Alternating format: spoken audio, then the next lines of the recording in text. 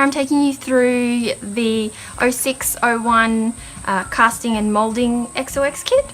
So everything I've got here is everything that will be included or is included in your kit. The only other extra things you need are a ruler, scissors, and some water. So the priority thing in this kit is safety. When you're working with the pinkysil and with the plaster, you need to be working in a ventilated area. You also need to be wearing the face mask that we provided, because if you inhale that plaster of Paris, it's not going to sit very well. All the safety information is included in the inside cover of your box. So if you ingest it or get it in your eyes, or maybe just want to be super safe, please read that first before you work with the plaster of Paris or the pinkysil, which are in both of the projects. I'm not going to wear it today. We're very well ventilated here and you're not going to be able to hear me if I'm wearing it, but you wear it. So the first part of this project is making the pinkysil mould so that we can cast it with the plaster of Paris. So we're going to start with your clay. Yes, you've all received weird colours of clay, but it doesn't matter what colour it is. So what you want to do is you want to work your clay so that it becomes soft and easy to use.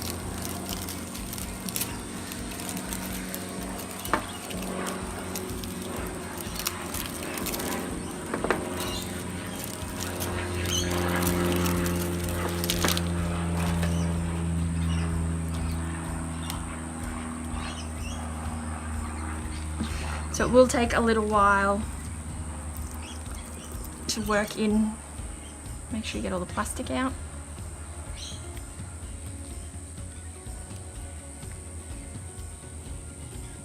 So what we're going to do with this modelling clay, it's not air dry clay, so don't worry about it drying out when you're not playing with it.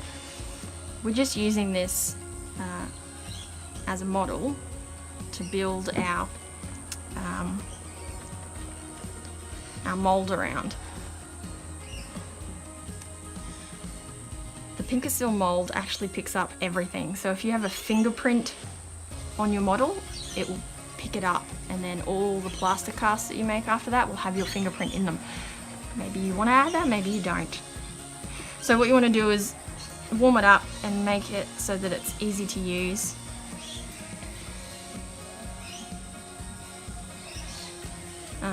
It's up to you what shape you want to cast or mould.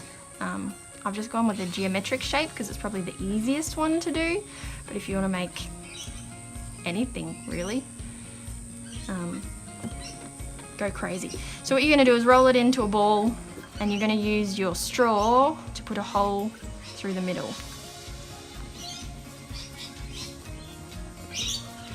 Just twist your straw so it goes through. You want to make this hole reasonably big so that you can get the string through it eventually, and so you can get the pinkysil through it as well.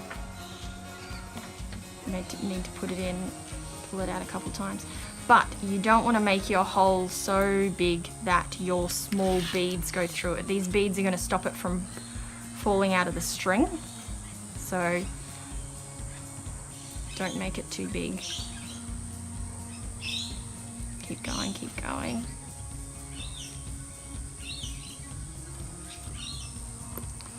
If it fills up, you might need to cut the end off.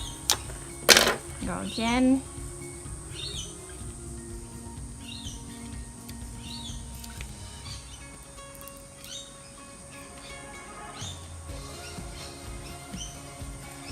Go.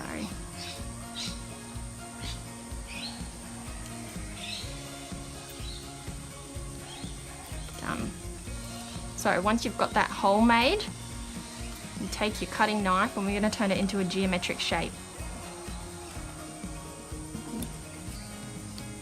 Just be careful with your knife.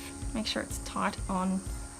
Your blade's not going to come out. You've also got a pack of spare blades if you need them, but I very much doubt you're going to need more than one blade for this. So the first cut you want to do is you want to make sure that the hole, it's flat, because it's going to sit at the bottom of your mould. So let's cut the end of this off. Done that quite messy. You want to try and keep yours as neat as possible. I'm rushing through this a little bit though. And then you just want to go around and cut some sharp sides off it so it looks like a very cool geometric shape. Again, do it a lot more neatly than I'm doing it. Take a bit more time with it. You'll end up taking about 1/3 of the clay off. That's fine. That's what we want. We need to make sure that this shape sits in our mold cup and leaves at least 1 centimetre around it for the pinkysil to go. This will do for the moment. That's very badly done, so make yours a lot neater than I have. So you've got your flat side, or you've got your straw hole. You might need to put your straw through it again to make sure that hole is still fully opened. Again, if you're having trouble getting the straw through, just cut the end off and try again. Okay, so that's good. So you were provided a lot of cups. You've got 2 cups that are mixing cups. One of them is for your plaster and water. One is for your pinkysil. You've got a smaller cup, that's for mixing your water in. We've put the measurements on it. And you've got your plaster cup, which is for filling your plaster, which we've also put the measurements on it. You've also got a small, like a miniature looking Chinese container. This is going to be for making your mold. So you're going to put flat side down with the hole down on the bottom. Make sure that you've got at least 1 centimetre around the outside and on top to put the pinkysil. So grab one of your mixing cups. Again, put your mask on because you're using pinkysil. And you're going to pour everything that we've provided you, pour it into this cup. Oops, a bit neater than I've done it.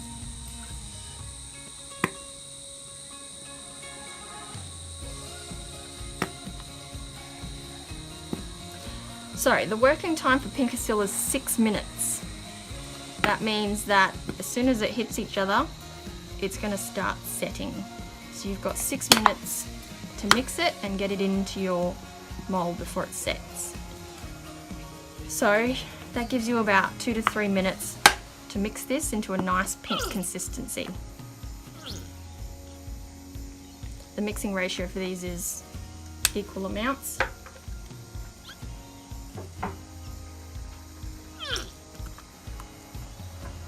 Yeah. So you've got a couple of paddlepop sticks, use one of them. You want a really nice, consistent, smooth looking pink.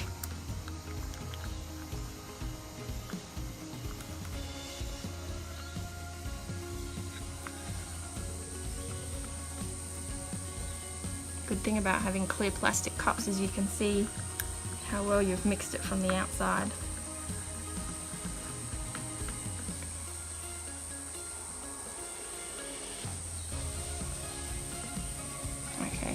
That's reasonably good. I probably mixed it a bit too quickly there because there's quite a few air bubbles in it, but that's okay. So what you're going to do now is pour it over your modelling clay into the miniature tub. What you want to do is pour it really slowly and let it run its way over. The priority in this is getting as much as you can into that hole. And what happens is air bubbles get stuck in there, so use your knife to help get the air bubbles out so that the pinkysil gets right in there. If you forget about this and you don't get that pinkysil right in the hole of your model, means that when you cast the plaster, it's not going to have a hole in the middle for you to make it into a garland. So this is the priority, getting the pinkysil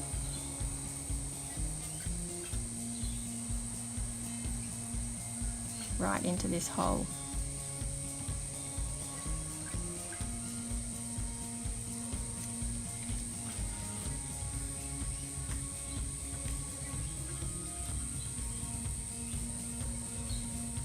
There you go, I think it's filled up nicely without any air holes. Make sure that you put your modelling clay in first rather than pouring the pinkysil and shoving your model in there, because what will happen is it'll get a lot of air bubbles in it. If you get an air bubble into your mould, it means everything you cast is going to have weird air bubbles all through it.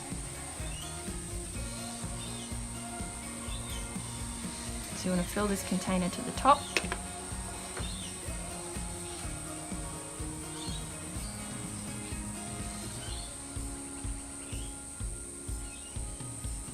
There you go, you can throw that straight in the rubbish.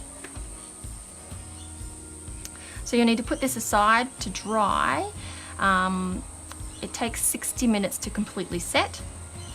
Once it's set, you'll need to use your scissors and you're going to carefully cut off the outside plastic mold. And what you're going to be left with is a mold. Inside you'll have your clay model. You'll need to get quite rough with it and push your clay model out. You'll end up probably pulling your clay model out in chunks, but that's fine, we don't need that anymore. So you push it out, just being careful not to pull that middle part out, because that's the only really fragile part. And then you've got your mold ready to cast.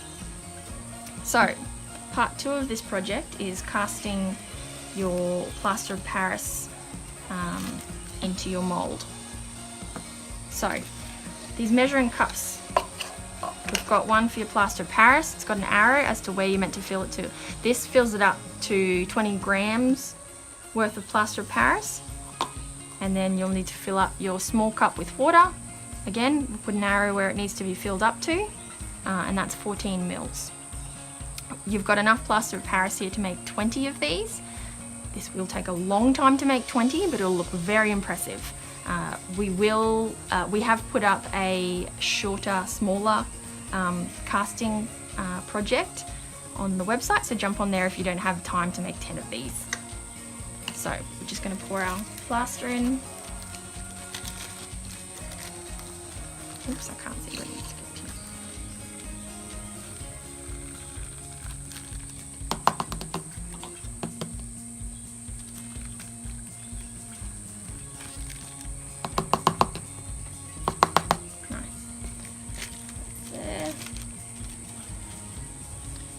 Water.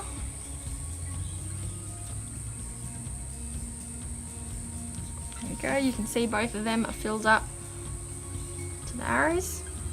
And then you're going to use your other mixing cup. Put the plaster in. And slowly put the water in.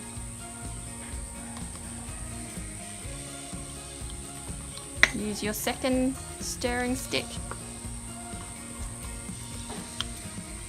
Again, I'm quite rough with this. You want to get a nice consistency here.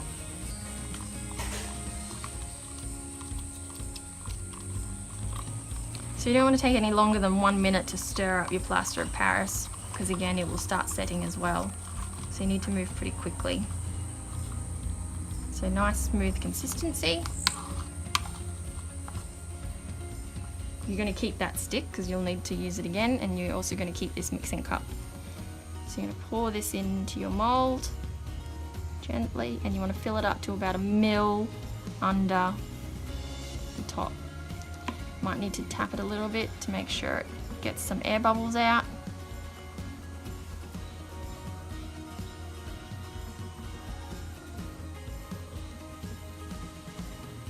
Put a little bit more in. Okay, so you're then going to leave that. So in about 2 hours, you can pop that out. You'll feel that it's quite cool once it's set.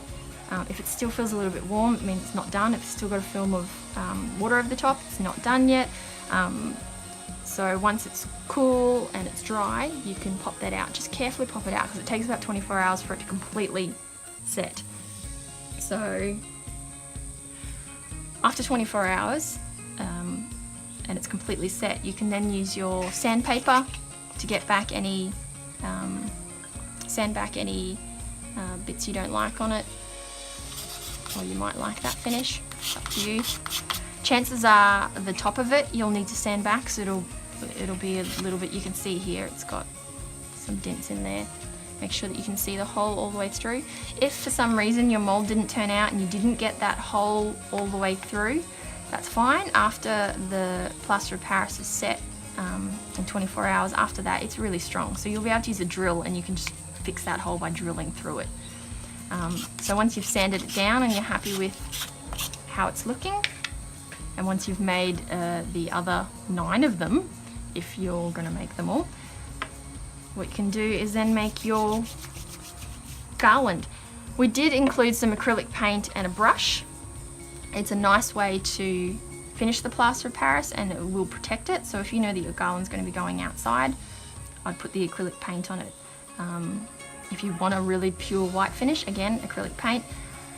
Otherwise, if it's going to be an indoor garland, it should be fine to not have that finish on it. If it's not going to get wet or anything, that'll be fine. So what you can do, you've got 3 meters of string. Whoop.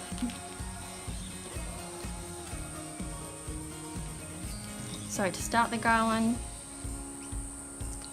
you can tie a knot.